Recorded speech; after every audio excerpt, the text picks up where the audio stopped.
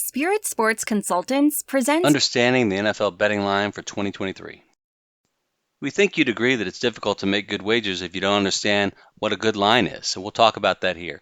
But before we continue, we remind you to please subscribe to our channel. We know there are a lot of channels like this, but for us, we provide weekly NFL picks, highlights, sports travel, and also some wagering analysis such as in this video here.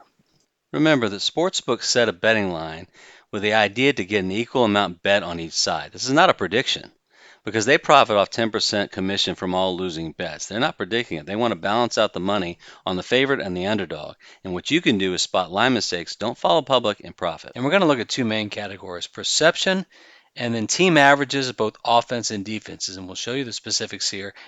We're going to show you the opening game for 2023 and look at one from 2022. First off, we're going to see the averages, and all they do to take these numbers is look at scoring average for offense and defense. Second is subjective factor, it's perception, team record, and the recent performance. And finally, perception insofar as how the team might appeal to public bettors. So record comes into play, but also a team that's historically preferred, such as a Dallas, a Green Bay, Pittsburgh, the New York teams where there's a bias, recent success as opposed to teams, say, the Houston Texans, Cleveland Browns, Detroit, who haven't been that successful recently.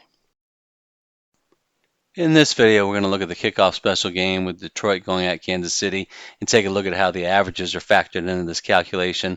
Remember, this is game one for 2023, so they're going to use the 2022 averages and then factor in home field. We'll kind of get in a discussion about how that's a little bit subjective, but here we go with our breakdown of how the line is calculated.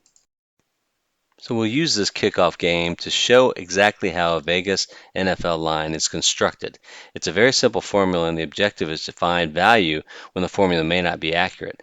Maybe some numbers that aren't quite right based on averages. So these are the 2022 average scored, average allowed statistics we took from ESPN.com. We collected ourselves, keeping a database, but we'll show you here.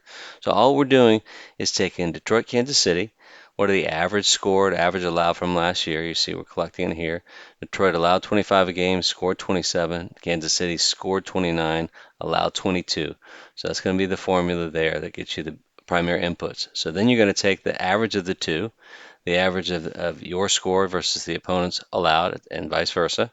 So then you're going to see the numbers that are generated comes out to basically 24 to 27. It's pretty close.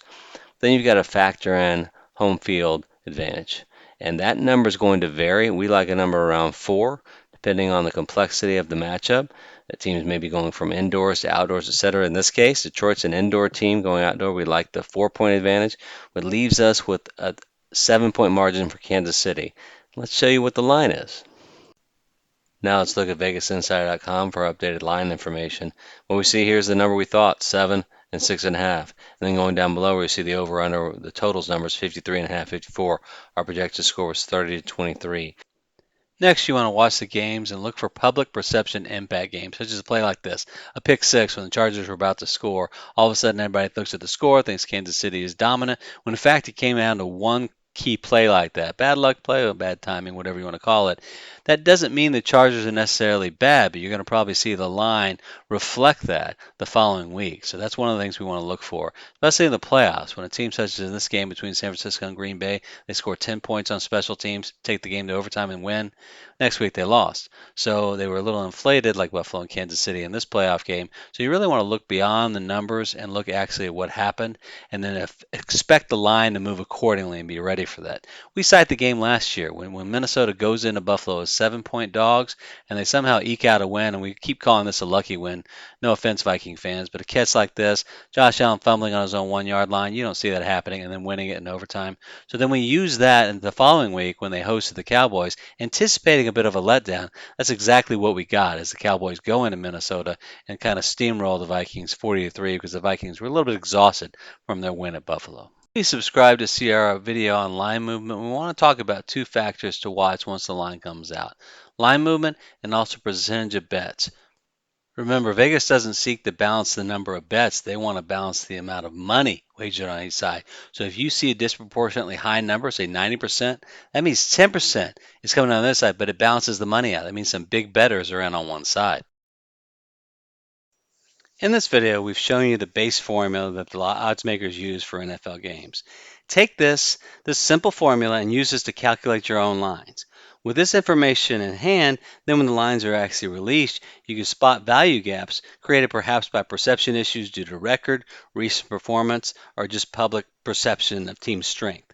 So with that, you can get some value, maybe get some early lines set as the line's going to move. We like to do that. If we calculate a sharp line and they come out weak on Sunday, we can exploit that, get a half point to a point edge, and be ahead of all the other public bettors out there. Be on the lookout for our next video when we will show you in-season examples how to get line value. Thanks again. That's all for this time. Thank you for joining. Please subscribe to our channel, and we look forward to sharing our future videos with you.